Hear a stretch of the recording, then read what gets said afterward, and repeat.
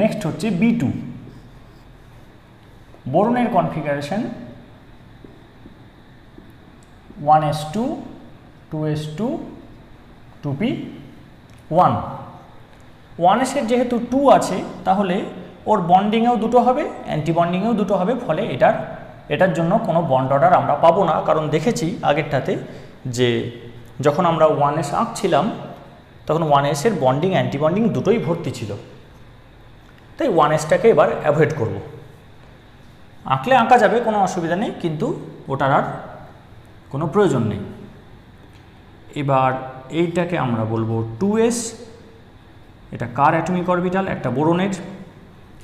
এর পাশাপাশি একটা থাকবে, সেটা হচ্ছে যে একই জিনিস 2s, অ্যাটমিক অরবিটালটা কার? বোরনের। এখানে থাকবে 2p, 2p তিনটে আছে।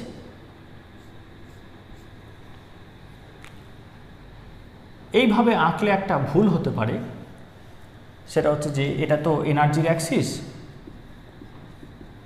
তাহলে এই যে ওপর নিচে হলো তাহলে এনার্জির পার্থক্য বোঝাবে, কিন্তু এত ঘন করে আঁকলে সেটা বোঝায় যে এনার্জির ডিফারেন্স নেই। তবু এটাকে, এই ডিসপিউটটাকে, এই কন্ট্রোভার্সিটাকে এড়াবার জন্য বেটার হচ্ছে এইভাবে লিখে দেওয়া। যেটা বলছিলাম, সেম এনার্জির অরবিটালকে ডিজেনারেট অরবিটাল বলে, তাহলে এই তিনটে হচ্ছে ডিজেনারেট অ্যাটমিক অরবিটাল। কী নাম? 2p।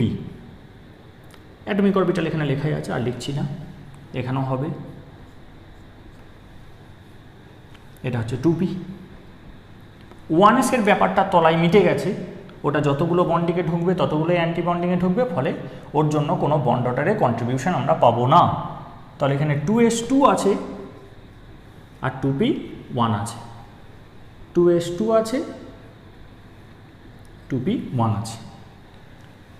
এবার যখন দুটো বোরন মিট করবে তাহলে এই দুটো নিউক্লিয়াস দিয়ে একটা স্ট্রেট লাইন আমি পাস করাতে পারবো, অর্থাৎ px py pz এর মধ্যে যে কোনো একটা দিয়েও কি করবে? সিগমা বন্ড তৈরি করবে। তাহলে আমি যদি বন্ড অ্যাক্সিসটাকে x ধরে নিই তাহলে z এবং y কি হবে? পাই বন্ড তৈরি করবে, কারণ এগুলোর ক্ষেত্রে সাইড ওয়াইজ ওভারল্যাপিং হবে। যদি আমি জেডটাকে বন্ড অ্যাক্সিস ধরতাম তাহলে সিগমা বন্ডটা জেড বরাবর হতো। এটা কোনো মানে ম্যান্ডেটরি রুল নেই যে পিএক্সটাই সিগমা বন্ড করবে। আমি যেদিকে বন্ড অ্যাক্সিসটাকে ধরবো সেইটা সিগমা বন্ড তৈরি করবে। ধরে নিচ্ছি এক্সটা হচ্ছে বন্ড অ্যাক্সিস, তাহলে PX will engage in sigma bond formation and PY and PZ will engage in pi bond formation. তাহলে তার আগে এটা সেরে নিই। পরীক্ষায় একটা কাজ করতে হবে, এই গ্যাপটাকে বেশি রাখার চেষ্টা করতে হবে। গ্যাপ যদি বেশি থাকে তাহলে ছবি আরও ক্লিয়ার হবে।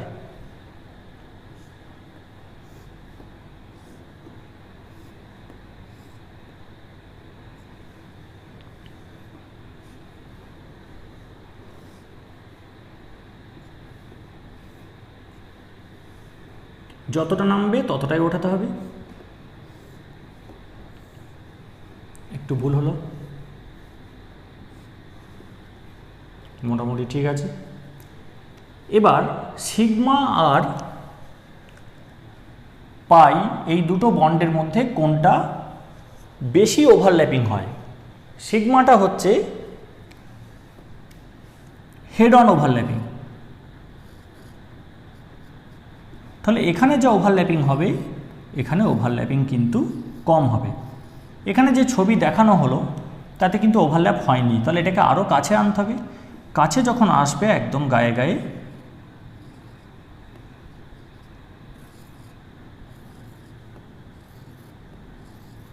তাহলে এটা এতটা ওভারল্যাপিং হচ্ছে, তখন এটা সামান্য একটু হচ্ছে।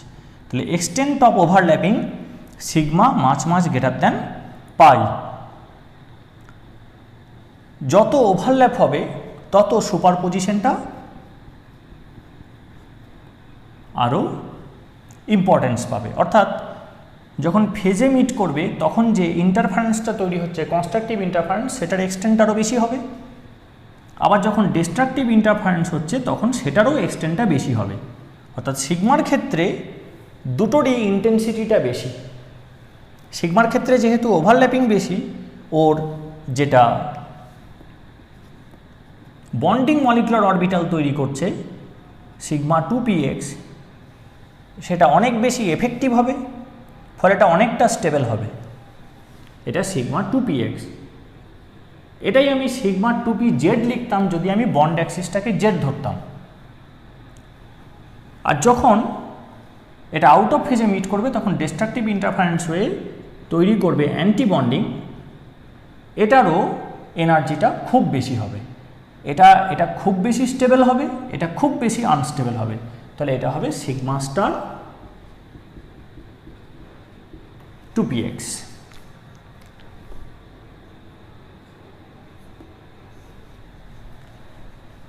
পায়ের ক্ষেত্রে ওভারল্যাপিংয়ের এক্সটেন্ট কম, ফলে পাইটা যখন তৈরি হবে তখন খুব বেশি স্টেবল হবে না। একইভাবে যখন অ্যান্টিবন্ডিংটা তৈরি হবে তখন সেটা খুব বেশি আনস্টেবল হবে না।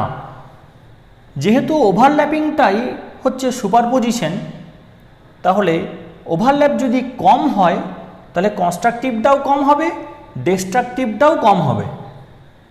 আবার এর ক্ষেত্রে ওভারল্যাপিংটা বেশি, অর্থাৎ কনস্ট্রাকটিভটাও বেশি হবে, ডিস্ট্রাকটিভটাও বেশি হবে। তাহলে সিগমার ক্ষেত্রে যেটা বন্ডিং সেটা অনেকটা নিচে নামবে, অ্যান্টিবন্ডিংটা অনেকটা উপরে উঠবে। কিন্তু যেটা পাই তৈরি করবে সেটা কি হবে, সেটা খুব বেশি নিচে নামবে না এর মতো, আবার খুব বেশি ওপরে উঠবে না ওর মতো। তাহলে আমরা এখানে পাই দুটোকে পাবো। কেন দুটো পাই বলছি না, একটা বন্ড অ্যাক্সিস দুটো অ্যাটমের মাঝে সম্ভব, তাহলে একটা P orbital between among px py and pz সেটা কি করবে, সিগমা করবে, বাকি দুটো py pz তারা পাই বন্ড করবে এবং তাদের স্টেবিলিটি আর ডিস্টেবিলাইজেশন দুটো কিন্তু এর মতো হবে না।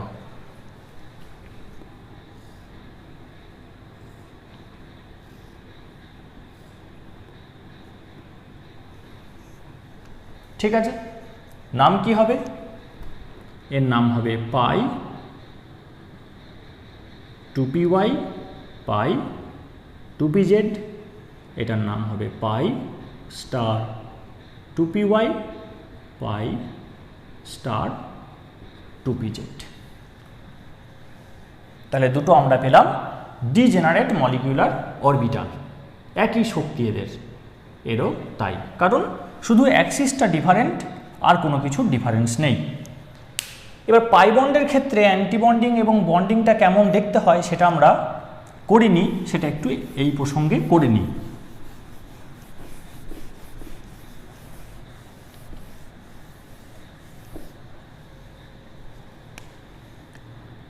সিগমা বন্ধন অলরেডি তৈরি হয়ে আছে,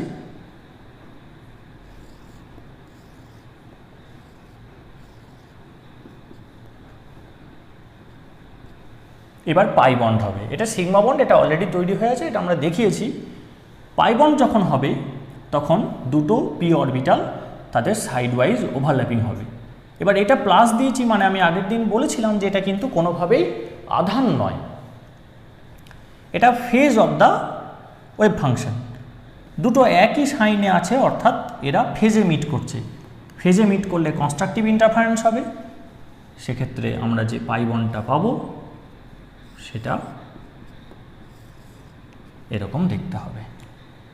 এইটা হচ্ছে পাই BMO, পাই বন্ডিং মলিকুলার অরবিটাল, যেটা হচ্ছে এটা এবং এটা। এবার যদি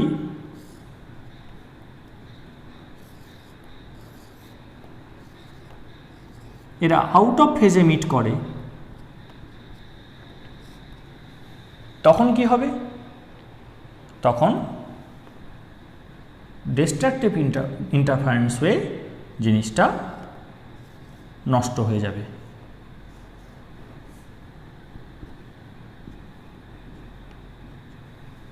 অর্থাৎ দুটো নিউক্লিয়াসের মাঝে এই অরবিটালের জন্য কোনো ইলেকট্রন থাকবে না, সিগমারটা থাকবে, কিন্তু পাই যেটা তৈরি হচ্ছে তার জন্য নিউক্লিয়াসের মাঝে কোনো ইলেকট্রন ক্লাউড আমরা পাবো না। তাহলে যখন আউট অফ ফেজে মিট করলো তখন বন্ডটাকেও ডিস্ট্রয় করবে, আর যখন ফেজে মিট করলো তখন বন্ডটাকেও কনস্ট্রাক্ট করবে। এটার নাম হচ্ছে pi star ABMO, anti bonding molecular orbital, যেটা হচ্ছে এটা আর এটা। আবার বলছি, সিগমার বেশি ওভারল্যাপিং, তাই ওর ভালোটাও বেশি হয়েছে অর্থাৎ স্টেবল, খারাপটাও বেশি হয়েছে আনস্টেবল। আমি যদি একটা খারাপ ছেলের সঙ্গে খুব ভালো করে মিশি তাহলে আমি বেশি খারাপ হয়ে যাব, আবার যদি একটা ভালো ছেলের সঙ্গে খুব বেশি করে মিশি তাহলে ভালো ছেলে হয়ে যাব। আবার যদি খারাপ ছেলেটার সঙ্গে অল্প মিশি তাহলে অল্প খারাপ হব, ভালো ছেলেটার সাথে যদি অল্প মিশি তাহলে অল্প ভালো হব, তাই না? তাহলে যখন সিগমা বন্ড হচ্ছে তখন ওভারল্যাপিংটা যেহেতু হাই এক্সটেন্টে হচ্ছে তখন ভালোটাও বেশি হবে, খারাপটাও বেশি হবে। বেশি করে যদি মিশি, ভালোর সাথে মিশলে বেশি ভালো হবে, খারাপের সাথে মিশলে বেশি খারাপ হবে। পাই বন্ড যখন হচ্ছে তখন অল্প ওভারল্যাপিং হচ্ছে অর্থাৎ অল্প মিশছি, তখন কনস্ট্রাকটিভ হলে অর্থাৎ ভালো ছেলের সাথে মিশলে অল্প স্টেবল হবে, অল্প ভালো হবে, খারাপের সাথে মিশলে অ্যান্টি বন্ডিংয়ের ক্ষেত্রে অল্প আনস্টেবল হবে। তাই পাই এবং পাই স্টার সবসময় সিগমা সিগমা স্টারের মধ্যে স্যান্ডউইচ হয়ে থাকবে এইভাবে। বোঝা গেছে?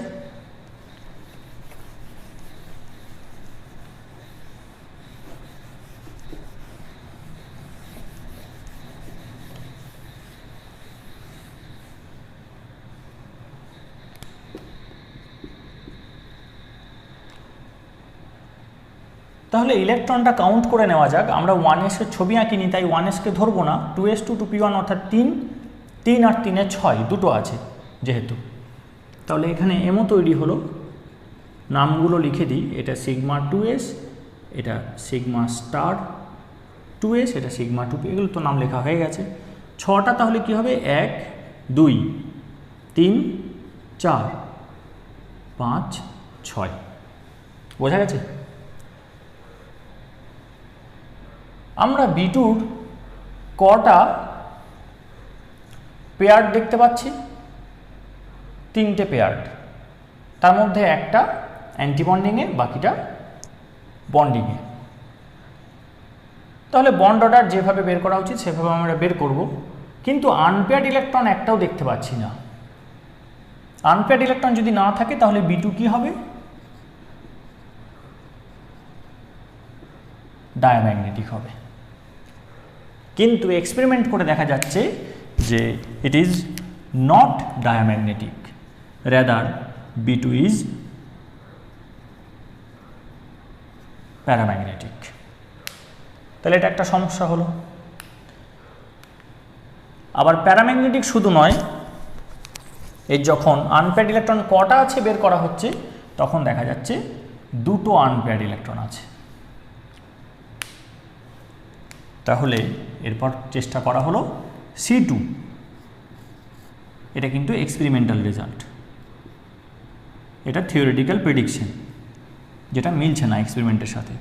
C2-র ক্ষেত্রে কি হবে? 2s টু 2p2, তাহলে এটা carbon,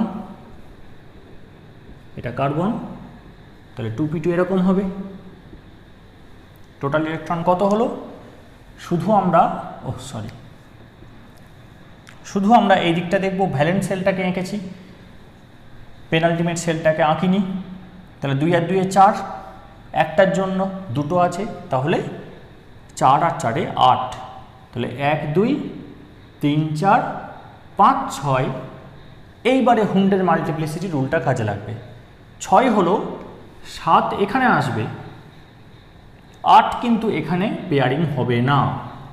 according to Hund's multiplicity rule, first all the degenerate orbitals will be singly occupied, then it will start pairing. তাহলে 8 নম্বর ইলেকট্রনটা এখানে চলে যাবে। তাহলে কটা আনপেয়ার্ড ইলেকট্রন আমরা পাচ্ছি? দুটো আনপেয়ার্ড ইলেকট্রন পাচ্ছি এবং দুটো পাচ্ছি। তাহলে এটা কি হবে? এটা হবে প্যারাম্যাগনেটিক। C2 হওয়া উচিত প্যারাম্যাগনেটিক, দুটো আনপেয়ার্ড ইলেকট্রন আছে, কিন্তু এক্সপেরিমেন্ট করে দেখছি আমরা যেটা নয়, এক্সপেরিমেন্ট করে পাচ্ছি ডায়াম্যাগনেটিক। এবং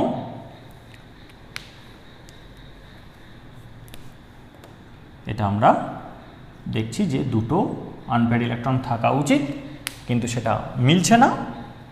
এক্সপেরিমেন্টাল রেজাল্ট বলছে